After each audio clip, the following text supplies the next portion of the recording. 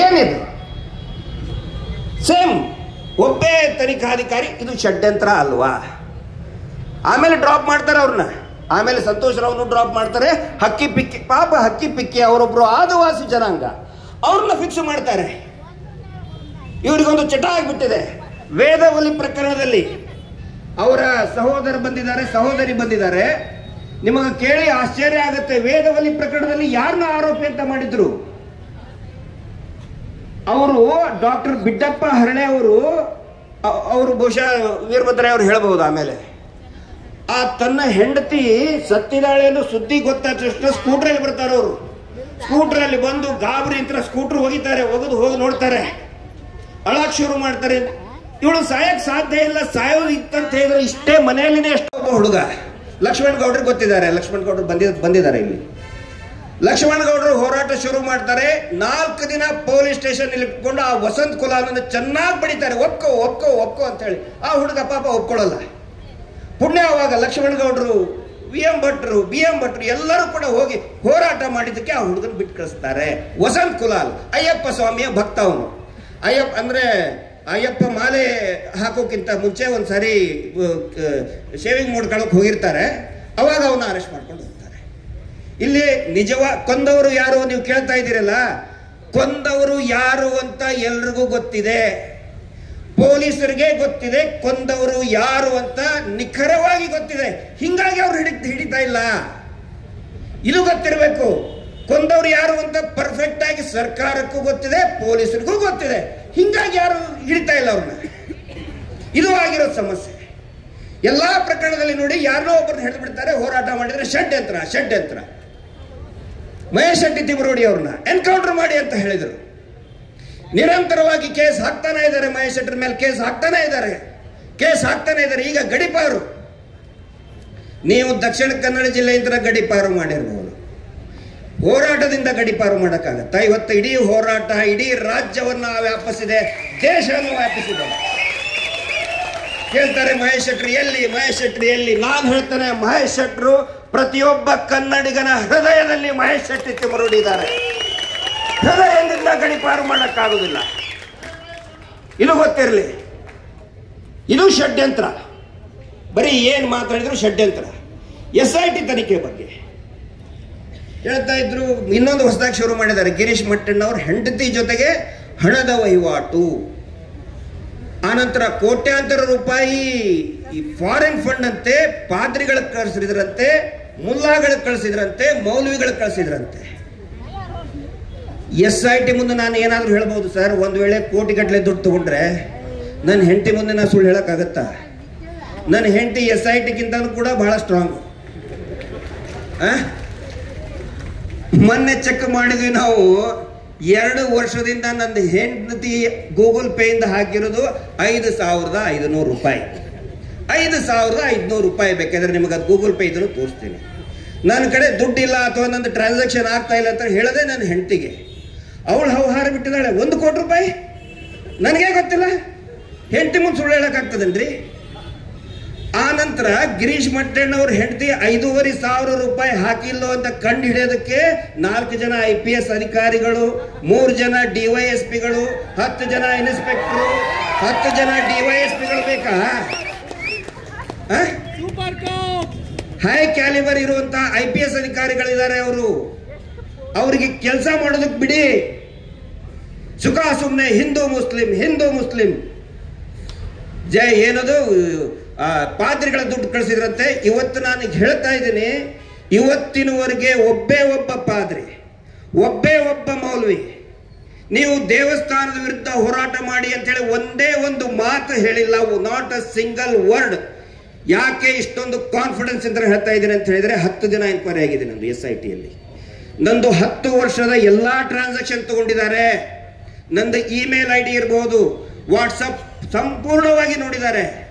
ಒಂದೇ ಒಂದು ಶಬ್ದ, ಒಳಸಂಚಿನ ಒಂದೇ ಒಂದು ಶಬ್ದ ಕೂಡ ಸಿಕ್ಕಿಲ್ಲ. 1 ರೂಪಾಯಿ ಕೂಡ ಫಾರಿನ್ ಫಂಡ್ ಆಗಲಿ ಈ ದೇಶ ಈ ರಾಜ್ಯದ ಯಾವುದೇ ಒಬ್ಬ ಪಾದ್ರಿ ಮೌಲ್ವಿ ಒಂದೇ 1 ರೂಪಾಯಿ ಕೂಡ ಹಾಕಿಲ್ಲ ಸ್ವಾಮಿ. ಷಡ್ಯಂತ್ರ ಅಂತ ಹೇಳ್ತೀರಾ? ನಾನು ವಿನಂತಿ ಮಾಡ್ಕೊಳ್ತಾ ಇದ್ದೀನಿ ಈ ವೇದಿಕೆಯಿಂದ ಮಾನ್ಯ ಗೃಹ ಸಚಿವರಿಗೆ, ತಮ್ಮ ಮೇಲೆ ನಮಗೆ ನಂಬಿಕೆ ಇದೆ, ಗೌರವ ಇದೆ. ತಾವು ಹೇಳಿದ್ರಲ್ಲ, ಷಡ್ಯಂತ್ರವನ್ನ ನಾವು ಬಯಲು ಮಾಡ್ತೇವೆ ಇದ್ರೆ ದಯವಿಟ್ಟು ಸರ್ಕಾರ ಹೇಳಿ ಅದನ್ನ ಒಂದ್ಸಾರಿ ಸರ್ಕಾರ ಹೇಳಿ. SIT ಆಧಾರದ ಮೇಲೆ ಸರ್ಕಾರ ಹೇಳಬೇಕು. ನಾವೇನಾದ್ರೂ ದುಡ್ಡು ತಗೊಂಡಿದೀವ ಇಲ್ಲ, ಷಡ್ಯಂತ್ರ ಇದೆಯಾ ಇಲ್ಲ, ಮೊದಲು ಅದನ್ನು ಕ್ಲಿಯರ್ ಮಾಡಿ. ಷಡ್ಯಂತ್ರ ಅನ್ನೋದು ಈಗಿಂದಲ್ಲ, ಈಗಿನ ಶಸ್ತ್ರ ಅಲ್ಲ ಅವ್ರದ್ದು. ವೇದವಲ್ಲಿ ಪ್ರಕರಣದಿಂದ ಅದೇ ಪದ್ಮಲತಾ ಹೋರಾಟ ಆಯಿತು, ಇದು ಷಡ್ಯಂತ್ರ, ಕಮ್ಯುನಿಸ್ಟರು ಷಡ್ಯಂತ್ರ. ನಾವು ಮೀಟರ್ ಬಡ್ಡಿ ದಂಧೆ ಹೋರಾಟ ಮಾಡಬೇಕಾದ್ರೆ ಜನವಾದಿ ಮಹಿಳಾ ಸಂಘಟನೆಯವರು ಎಲ್ಲೇ ಇದಕ್ಕೆ ಬಂದಿದ್ರು, ಮಂಡ್ಯ ಮಳವಳ್ಳಿಗೆ. ಅಲ್ಲಿ ಹೋದ್ರೆ ನಾವು ಷಡ್ಯಂತ್ರ. ದಯವಿಟ್ಟು ಷಡ್ಯಂತ್ರ ಅನ್ನೋದನ್ನ ಮೊದಲು ಸರ್ಕಾರ ಕ್ಲಿಯರ್ ಮಾಡಬೇಕು. ತನಿಖೆಯ ಆಧಾರದ ಮೇಲೆ ಷಡ್ಯಂತ್ರ. ಆನಂತರ ಇನ್ನೊಂದು ಹೇಳ್ತಾ ಇದ್ದಾರೆ, ಕೊನೆಯದಾಗಿ ಒಂದು ಮಾತು ಹೇಳ್ತೇನೆ, ಸಾರಿ ನವೀನ್. ಸುಸೈಡ್ ಪಾಯಿಂಟ್ ಅಂತೆ, ಮೋಕ್ಷ ಸಿಗೋದಕ್ಕೆ ಜನ ಅಲ್ಲಿ ಹೋಗಿ ಆತ್ಮಹತ್ಯೆ ಮಾಡ್ಕೋತಾ ಇರುತ್ತೆ. ಧರ್ಮಸ್ಥಳಕ್ಕೆ ಹೋಗಿ ಆತ್ಮಹತ್ಯೆ ಮಾಡ್ಕೋತಾರಂತೆ. ಮೋಕ್ಷ, ಜೀವನದಲ್ಲಿ ಮೋಕ್ಷ ಸಿಗಬೇಕು ಅಂತ ಹೇಳಿ. ಸತ್ತಂತವ್ರು ಎಷ್ಟು ವರ್ಷ ಗೊತ್ತಾ? ರಿಪೋರ್ಟ್ ನಾವು ತೋರಿಸಿದೀವಿ. ಹೂತು ಹಾಕಿದಂತಹ ನೋಟ್ ಇದೆ, ಅದರಲ್ಲಿ ಏನಂತ ಬರೆದಿದ್ದಾರೆ? 10 ವರ್ಷದ ಬಾಲಕಿ, 15 ವರ್ಷದ ಬಾಲಕಿ, 4 ವರ್ಷದ ಮಗು, 4 ವರ್ಷದ ಮಗು, 10 ವರ್ಷದ ಬಾಲಕಿ, 15 ವರ್ಷದ ಬಾಲಕಿಗೆ ಜೀವನ ಏನು ಅಂತಾನೆ ಗೊತ್ತಾಗಿರುವುದಿಲ್ಲ. ಅಂತವರು ಮೋಕ್ಷ ಸಿಗಬೇಕಂತ ಹೇಳಿ ಧರ್ಮಸ್ಥಳದಲ್ಲಿ ಸತ್ರು ಅಂತೆ. ಇದನ್ನು ನಾವು ನಂಬಬೇಕಂತೆ. ನಂಬಿದ್ದಾರೆ ಟಿವಿ ಚಾನೆಲ್ ಅವರು, ಕೆಲವೊಂದಿಷ್ಟು ಟಿವಿ ಚಾನೆಲ್ ಅವರು ನಂಬ್ಕೊಂಡು ಅದನ್ನೇ ಹೇಳ್ತಾ ಇದ್ದಾರೆ. ಅವ್ರಿಗೆ ಯಾವಾಗ ಬುದ್ಧಿ ಬರ್ತದೋ ಗೊತ್ತಿಲ್ಲ. ಟಿವಿ ಚಾನೆಲ್ ಚಿನ್ನಯ್ಯನ ಹೆಂಡತಿ ಬಗ್ಗೆ ತೋರಿಸ್ತಾ ಇದ್ದಾರೆ. ಚಿನ್ನಯ್ಯನ ಹೆಂಡತಿ ನನಗೇನು ಹೇಳಿದಾಳೆ ಹೇಳ್ತಾರೆ ಕೇಳಿ. ನನಗೆ ಮಹೇಶ್ ಶೆಟ್ಟಿ ತಿಮರೋಡಿ ಅವ್ರಿಗೆ ಏನ್ ಹೇಳಿದಾಳೆ, ಮಹೇಶ್ ಶೆಟ್ಟಿ ತಿಮರೋಡಿ ಅವರ ಹೆಂಡತಿಗೆ ಏನ್ ಹೇಳಿದಾಳೆ ಅದನ್ನ ಸ್ವಲ್ಪ ಕೇಳಿ ಟಿವಿ ಚಾನೆಲ್. ಈ ಚಿನ್ನಯ್ಯ ಅವನು ವಿಡಿಯೋ ಬಂದಾಗ ದಾಡಿ ಇದ್ದಿದ್ದಿಲ್ಲ, ಹೌದು ಅಲ್ವಾ? ಹಳೆ ವಿಡಿಯೋದಲ್ಲಿ ದಾಡಿ ಇಲ್ಲ, ಈಗ ದಾಡಿ ಇದೆ ಅಲ್ವಾ? ನಾನು ಎಷ್ಟು ಸಾರಿ ಹೇಳ್ತಾ ಇದ್ದೆ ಅವನಿಗೆ, ಹೋಗೋ ದಾಡಿ ಮಾಡಿಸ್ಕೊಂಡು ಬಾ ಅಂತ ಹೇಳಿ. ಅವನು ಹೇಳ್ತಿದ್ದ, ಇಲ್ಲ ಸರ್ ನನ್ನ ಹೆಂಡತಿ ಹೇಳಿದಾಳೆ, ನಾನು ವ್ರತ ಹಿಡಿದಿದ್ದೀನಿ, ನನ್ನ ಹೆಂಡತಿ ಹೇಳಿದಾಳೆ, ನಾವು ಹೂತಿಟ್ಟ ಶವಗಳನ್ನು ನಾವು ಎಲ್ಲ ಹೊರಗಡೆ ತಂದ ಮೇಲೇನೆ ನಾನು ದಾಡಿ ಮಾಡ್ಕೊಡ್ಬೇಕು ಅಂತ ಚಿನ್ನಯ್ಯ ಸ್ವತಃ ನಮಗೆ ಹೇಳಿದಾನೆ. ಅವನ ಹೆಂಡತಿ ನಮಗೆ ಹೇಳಿದಾಳೆ. ಅವನು ಏನು ಉಲ್ಟಾ ಹೊಡೆದ್ನಲ್ಲ, ಅದಕ್ಕಿಂತ ಒಂದು 4-5 ದಿನ ಮುಂಚೆ ನನಗೆ ಅವರ ಹೆಂಡತಿ ಹೇಳಿದಾಳೆ, ಸರ್ SITಗೆ ಅವ್ನು ಕೊಡಬೇಡ್ರಿ, ಹ್ಯಾಂಡ್ ಓವರ್ ಮಾಡಬೇಡಿ. ಯಾಕಮ್ಮ ಏನಾಯ್ತು? ಇಲ್ಲ ಸರ್ ಅವನಿಗೆಲ್ಲ ಗೊತ್ತಿದೆ. ಏನು ಗೊತ್ತಿದೆ ಕೇಳಿ, ಇದೇ ಥರ ಕೇಳಿದ್ದ ನಾನು. ಇಲ್ಲ ನನ್ನ ಗಂಡನ ಕಡೆ ಹತ್ರ ಎಲ್ಲ ಮಾಡಿಸಿದ್ದಾರೆ ಸರ್, ಅವನು ವಾಪಸ್ ಬರಲ್ಲ. ಇದೇ ಮಾತು ಅವನ ರಕ್ತ ಸಂಬಂಧಿಯು ಕೂಡ ನಮಗೂ ಹೇಳಿದಾಳೆ. ಸಂಬಂಧಪಟ್ಟಂತ ಸಂಸ್ಥೆಗೂ ಕೂಡ, ಹಿರಿಯ ಪೊಲೀಸ್ ಅಧಿಕಾರಿಯ ಮುಂದೆನೂ ಕೂಡ ಹೇಳಿದಾಳೆ. ಅವನ ರಕ್ತ ಸಹೋದರಿ, ರಕ್ತ ಸಂಬಂಧಿನೇ ಹೇಳಿದಾಳೆ.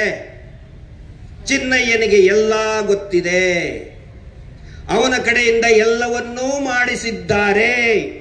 ಇದೇ ಮಾತು ರೆಕಾರ್ಡ್ ಆಗಿದೆ, ಒಂದು ತನಿಖಾ ಸಂಸ್ಥೆಯಲ್ಲಿ ರೆಕಾರ್ಡ್ ಆಗಿದೆ. ಟಿವಿ ಚಾನೆಲ್ ಅವರು 1 ತಿಂಗಳ ಹಿಂದೆ ಚಿನ್ನಯ್ಯನ ಹೆಂಡತಿ ಹೇಳ್ತಾಳೆ, ಗಿರೀಶ್ ಮಟ್ಟಣ್ಣವರು ಯಾರು ಗೊತ್ತಿಲ್ಲ ಅಂತ. ಅದೇ ಚಾನೆಲ್ ಅವರು ಮತ್ತೆ ಹೋಗಿ ಮೈಕ್ ಹಿಡ್ಕೊಂಡು ಕುಂದಿರ್ತಾರೆ ಅವ್ರ ಮುಂದೆ. ಷಡ್ಯಂತ್ರ ಮಾಡಿದ್ರು, ಷಡ್ಯಂತ್ರ. ಈ ಷಡ್ಯಂತ್ರ ಅನ್ನೋದು ಇವ್ರ ಸಿನಿಮಾ ಹೆಸರದು, ಇವ್ರು ತೆಗೆದಂತ ಸಿನಿಮಾ ಹೆಸರು. ಆ ಸಿನಿಮಾ ಹೆಸರನ್ನ ಹೇಳ್ತಾ ಇದ್ರು. ಮಾತಾಡ್ಕೊಳ್ಳಿ, ನೀವೇನಾದ್ರೂ ಮಾತಾಡ್ಕೊಳ್ಳಿ, ಎಷ್ಟಾದ್ರೂ ಅವಮಾನ ಮಾಡಿ, ನಾವು ಏನು ಮಾತಾಡಲ್ಲ, ನಾವು ಸುಮ್ಮನೆ ಸಹಿಸ್ಕೊತೀವಿ. ಯಾಕಂತ ಹೇಳಿದ್ರೆ ಅವರು ಸಹಿಸ್ಕೊಂಡಿದಾರಲ್ಲ ಅವಮಾನವನ್ನ, ಅವರು ಸಹಿಸ್ಕೊಂಡ ಅವಮಾನ ನೋವು ಮುಂದೆ ನೀವು ನಮಗೆ ಬೈತಾ ಇರೋದು ಏನೂ ಅಲ್ಲ. ಈ ಟಿವಿ ಚಾನಲ್ ಅವರು ನ್ಯಾಯ ಸಿಗ್ಬೇಕಾಗಿರೋದು ಅವರಿಗೆ, ಗಿರೀಶ್ ಮಟ್ಟಣ್ಣವರಿಗಲ್ಲ. ನಾನು ಬರೀ ಮಾತಾಡ್ತಾ ಇದ್ದೀನಿ ಇಷ್ಟೇ, ನಾನೇನು ದೊಡ್ಡ ಇದನ್ನಲ್ಲ. ಆದರೆ ಅವ್ರಿಗೆ ಅವರಂತ 100 ಜನ ತೀರ್ಕೊಂಡಿದ್ದಾರೆ. ಬುರುಡೆ ಹೇಳ್ತಾರಲ್ಲ, ಬುರುಡೆನೇ ಸಿಗಲಿಲ್ಲ ಅಂತ. ಸಿಕ್ಕಿದ್ದು ಹೆಂಗೆ ಅಂತ ಹೇಳಿದ್ರೆ ಇದ್ರ ಮೇಲೆ ಗೊತ್ತಾಗುತ್ತೆ ಅಲ್ಲಿ ಏನು ನಡೆದಿದೆ ಅಂತ ಹೇಳಿ. ಸಿದ್ದನಗೌಡರು ಹೇಳಿದ್ರಗಳ ಬುರುಡೆಗಳು ಸಿಕ್ಕಂತ ಸ್ಥಿತಿ ಹೆಂಗಿತ್ತಂತ ಹೇಳಿದ್ರೆ, ಒಂದೇ ಜಾಗದಲ್ಲಿ ಕ್ರಿಕೆಟ್ ಬಾಲ್ಗಳನ್ನ, ಕ್ರಿಕೆಟ್ ಬಾಕ್ಸ್ ಇರ್ತದಲ್ಲ ಸರ್, ಬಾಕ್ಸ್ ಅಲ್ಲಿ ಹೆಂಗೆ ಒಂದ್ರ ಪಕ್ಕ ಹಂಗೆ ಸಿಕ್ಕಿದೆ ಬುರುಡೆ. ಅದರಲ್ಲಿ ಚಿಕ್ಕ ಮಗುದು ಬುರುಡೆ ಇದೆ. ಸೊ ಏನ್ ನಡೀತಾ ಇದೆ ಅಲ್ಲಿ? ಒಂದ್ರ ಪಕ್ಕ ಒಂದು ಬುರುಡೆ ಇದೆ ಅಂದ್ರೆ ಓನ್ಲಿ ಸ್ಕಲ್. ಭಾಗ ಬೇರೆ ಬೇರೆ ಕಡೆ ಬಿದ್ದಿದೆ, ಚೆಲ್ಲಾಪಿಲ್ಲಿ ಆಗಿದೆ. ಅಂದ್ರೆ ಅದೇನೋ ಯಾರೋ ತಂದ ಬರೀ ಸುಮ್ಮನೆ ಸತ್ತಿದ್ದಲ್ಲ, ಬರೀ 1-1.5 ಅಡಿ ಅಗಿತಾ ಇದ್ದವನು 15 ಮಾನ್ಸೂನ್ ಇದ್ರ ಕೊಚ್ಕೊಂಡು ಹೋಗಿದೆ. ಹಿಂಗಾಗಿ ಅಲ್ಲೇ ಕಾಣ್ತಾ ಇದೆ. ಒಂದ್ರ ಪಕ್ಕ ಒಂದು ಬುರುಡೆ ಹೆಂಗೆ ಸ್ವಾಮಿ ಬಂತು? ವಾಮಾಚಾರ ಏನಾದರೂ ನಡೀತಾ ಇರಬಹುದಾ? Human organ last. ಈಗ ನಮ್ಮ ಜೊತೆಗೆ ಬಸವಣ್ಣಪ್ಪ ಒಬ್ಬ ಹಿರಿಯ ವ್ಯಕ್ತಿ ಅದನ್ನು ಹೇಳಿ ನಾನು ಮುಗಿಸ್ಬಿಟ್ಟಿಲ್ಲ. ಒಂದೇ ಲಾಸ್ಟ್, ಸಾರಿ. ಬಿಜಾಪುರದಿಂದ ನಮ್ಮ ಲಕ್ಷ್ಮಿ ಅಕ್ಕ ಅಂತ ಬಂದಿದ್ದಾರೆ, ಮೀಟರ್ ಬಡ್ಡಿ ದಂಧೆ ಅಂತ ಒಂದೊಂದವರು. ಬೆಳಗಾವಿ ಗೋಕಾಕ್ನಿಂದ ಬಸವಣ್ಣಪ್ಪ ಅನ್ನೋರು 70+ ಅವ್ರ ದಾಖಲೆಯನ್ನು ಕೂಡ ಇಲ್ಲಿ ಕೊಟ್ಟಿದ್ದಾರೆ. ಅವ್ರ ದಾಖಲೆ ಇದೆ. ಏನಂತ ಹೇಳಿದ್ರೆ 2008ರಲ್ಲಿ ಗೋಕಾಕದ ಬೆಳಗಾವಿಯ ಘಟಪ್ರಭಾದಿಂದ ಕಾಣೆ ಆಗ್ತಾರೆ, ಮಿಸ್ಸಿಂಗ್ ಆಗ್ತಾರೆ ಅವರು. ಮೊನ್ನೆ ಏನದು ಅಸ್ಥಿಪಂಜರ ಸಿಕ್ಕಂತಹ ವ್ಯಕ್ತಿನೂ ಕೂಡ ಆಸ್ಪತ್ರೆಗೆ ಹೋಗಿದ್ರು, ವಯಸ್ಸಾದಂಥವ್ರು ಅಂತೇಳಿ. ಇಲ್ಲಿ ಈ ಏನು ಬಸವಣ್ಣಪ್ಪ ಅಂತ ಇದಾರಲ್ಲ, ಅವ್ರ ಮೊಮ್ಮಗ ಬಂದಿದ್ದಾರೆ ಇಲ್ಲಿ, ಆಸ್ಪತ್ರೆಯಿಂದನೇ ಕಾಣೆ ಆಗ್ತಾರೆ. ಅಂದ್ರೆ ಅನೇಕ ಜನರು ಧರ್ಮಸ್ಥಳ ಅವ್ರು ಹೇಳ್ತಾರೆ, ಆಸ್ಪತ್ರೆಗೆ ಅವ್ರ ಮಕ್ಕಳು ಹೋಗ್ತಾರೆ, ಎಲ್ಲಿ ನಮ್ಮಪ್ಪ ಅಂತ ಹೇಳಿ ಧರ್ಮಸ್ಥಳದವ್ರು ಕರ್ಕೊಂಡು ಹೋದ್ರು ಅಂತ ಆಸ್ಪತ್ರೆ ಅವ್ರು ಹೇಳ್ತಾರೆ. ಅವರು ಕಾಣೆಯಾಗಿ 1 ವರ್ಷದೊಳಗಡೆ ಆ ಬಸವಣ್ಣಪ್ಪನ 2 ಎಕರೆ ಆಸ್ತಿ, ಬಂಗಾರ ಎಲ್ಲಾ ಧರ್ಮಸ್ಥಳ ಸಂಘದವರು, ಮೀಟರ್ ಬಡ್ಡಿ ಸಂಘದವ್ರ ಹೆಸರಿಗೆ ಆಗ್ಬಿಟ್ಟಿರ್ತದೆ. ಅವರು ಕಾಣೆಯಾಗಿದ್ದು ಧರ್ಮಸ್ಥಳದಲ್ಲಿ. ಅಂದ್ರೆ ಹಾಸ್ಪಿಟಲ್ ಟು ಹಾಸ್ಪಿಟಲ್ ಲಿಂಕ್ ಇದೆ ಇಲ್ಲಿ. ಮಾನವ ಅಂಗಾಂಗಗಳ ಕಳ್ಳ ಸಾಗಾಣಿಕೆ ನಡೀತಾ ಇದೆ ಇಲ್ಲಿ. ಯಾಕಂದ್ರೆ ಇವ್ರದೇ ಮೆಡಿಕಲ್ ಕಾಲೇಜ್ಗಳಿದೆ ಅನ್ನುವಂತ ಸಂಶಯ ಅನೇಕ ವರ್ಷಗಳಿಂದ ಇತ್ತು. ಅದರ ಜಾಡನ್ನ ಈಗ SIT ಅವರು ಹಿಡಿದಿದ್ದಾರೆ ಅಂತ ನಾನು ಅನ್ಕೊಂಡಿದ್ದೀನಿ. ಅನೇಕ ರೀತಿಯ ಅಪರಾಧಗಳಾಗ್ತಾ ಇದೆ, ಅದೆಲ್ಲರ ಒಂದು ತನಿಖೆ ಆಗಬೇಕು. ನವೀನ್ ಅವ್ರಿಗೆ ಕೊನೆಯದಾಗಿ ಮತ್ತು ಈ ವೇದಿಕೆಯನ್ನು ಕೊಟ್ಟಿದ್ದಾರೆ. ಯಾಕಂತ ಹೇಳಿದ್ರೆ ನಾನು BJP ಯುವ ಮೋರ್ಚಾ ಅಧ್ಯಕ್ಷ ಆದಂಥವನು, ನನ್ನಂಥವನಿಗೆ ಈ ವೇದಿಕೆ ಕೊಟ್ಟಿದ್ದಾರೆ ಅಂತ ಹೇಳಿದ್ರೆ ನಿಮ್ಮ ವಿಶಾಲ ಹೃದಯ. ನೀಲಕ್ಕನ್ನ ನಾನು station Gulbarga station Bazaar PSI ಆದಾಗ ಅವಾಗಿಂತ ಅವ್ರು ಬಂದೋಬಸ್ತ್ ಮಾಡಿದ್ದೀನಿ. ನೀಲಾಕೆ ಬರ್ತಾರೆ ಅಂದ್ರೆ ಬೆಳಗ್ಗೆ ಅಂತ ರೆಡಿ ಆಗ್ತಿದ್ವಿ, ಮಿನಿ ವಿಧಾನಸೌಧ ಎದುರುಗಡೆ ಹೋಗ್ಲಿಂದ ಹಾಕಿ. ಅವಾಗಿಂತ ಅವ್ರ ಮಾತು ಕೇಳ್ಕೊಂಡು ಬರ್ತಾ ಇದ್ದೀನಿ. ಇಲ್ಲಿ ಪಂಥ ಭೇದ ಬೇಡ ಇಲ್ಲಿ. ಯಾಕಂತ ಹೇಳಿದ್ರೆ ನಿಮ್ಮ ವಿಶಾಲ ಹೃದಯ. ಮೊದಲೇ ದಿನ ನಾನು ಸೆಪ್ಟೆಂಬರ್ ಹೇಳಿದೆ, I am not rightist, I am not leftist, but I am against rapist. Ernesto Che Guevara ಕೂಡ ಇದೇ ಮಾತು ಹೇಳಿದ್ರು. ವಿಶ್ವಸಂಸ್ಥೆಯಿಂದ ಹೊರಗಡೆ ಬಂದಾಗ TV ಚಾನಲ್ ಅವ್ರು ಕೇಳಿದ್ರು, are you a rightist or leftist ಅಂತ. ಚೆಗವೆರಾ ಒಂದೇ ಮಾತು ಹೇಳಿದ್ರು, I am neither a rightist nor a leftist, I am a realist. ಅದೇ ಮಾತನ್ನ ಇಲ್ಲಿ ಹೇಳ್ತಾ SITಗೆ ಇನ್ನು ಹೆಚ್ಚಿನ ಸ್ವಾತಂತ್ರ್ಯವನ್ನು ಕೊಡಬೇಕು. ಮತ್ತು ಮಾನ್ಯ ಸಿದ್ದರಾಮಯ್ಯವರಿಗೆ ದಯವಿಟ್ಟು ತಾವು ಹೋಗಿ ಹೇಳಿ, ಒಂದು ವೇಳೆ ಈ ನಕಲಿ ದೇವಮಾನವ ಜೈಲಿಗೆ ಹೋದ್ರೆ ಇಡೀ ರಾಜ್ಯ ಸಿದ್ದರಾಮಯ್ಯ ಅವ್ರನ್ನ ಕೊಂಡಾಡ್ತದೆ. BJP 20 ಅಲ್ಲ, ಬರೀ 10 ಸೀಟಿಗೂ ಕೂಡ ಲಿಮಿಟ್ ಆಗುತ್ತೆ. ಆ ಮಾತು ಸಿದ್ದರಾಮಯ್ಯನವರಿಗೆ ಒಂದು ಸಾರಿ ತಾವೆಲ್ಲರೂ ಕೂಡ ಯಾರು ಪ್ರಗತಿಪರರಿದ್ದೀರಿ ದಯವಿಟ್ಟು ಒಂದು ಮಾತು ಹೇಳಿ. ಇದರಿಂದ ಅನೇಕ ಜನ ಸಂತ್ರಸ್ತರು, ಲಕ್ಷಾಂತರ ಜನ ಸಂತ್ರಸ್ತರು ನಿಮ್ಮ ಜೊತೆಗಿರ್ತಾರೆ. ಈ ಸಂದರ್ಭದಲ್ಲಿ ಬಂದಂತಹ ಬೇರೆ ಬೇರೆ ಜಿಲ್ಲೆ ಬಂದಂತಹ ನಮ್ಮ ಶಶಿಕಲಾ ಶೆಟ್ಟಿ, ನಮ್ಮ ವಾರುಣ್ ಮಿತ್ರ, ಮತ್ತೆ ಪ್ರಭು ಅಂಬಿಕಾ ಪ್ರಭು ಅವರು, ಗಾಣಿಗರು, ಜಯಂತರು ಮತ್ತು ಅನೇಕ ಹಿರಿಯರು, ನಮ್ಮ ಸಂಧ್ಯಾ ಪವಿತ್ರನಾಜ್ ಅವರು, ಜಗದೀಶ್ ಅವರು, ಇನ್ನೂ ಅನೇಕ ಜನ ಬಂದಿದ್ದೀರಿ. ನಮಗೆ ಅವಕಾಶ ಕೊಟ್ಟಿದ್ದಕ್ಕೆ ನಿಮ್ಮ ವಿಶಾಲ ಹೃದಯಕ್ಕೆ, ಒಬ್ಬ ಕೇಸರಿ ಪಡೆಯಲ್ಲಿ ಇದ್ದಂಥವನನ್ನ ಕರೆದು ಮಾತನಾಡಿಸೋಕೆ ಅವಕಾಶ ಕೊಟ್ಟಂತ ನಿಮ್ಮ ವಿಶಾಲ ಹೃದಯಕ್ಕೆ ನಾವೆಲ್ಲರೂ ಕೂಡ ಒಂದಾಗಿ ಹೋರಾಟವನ್ನ ಮಾಡೋಣ.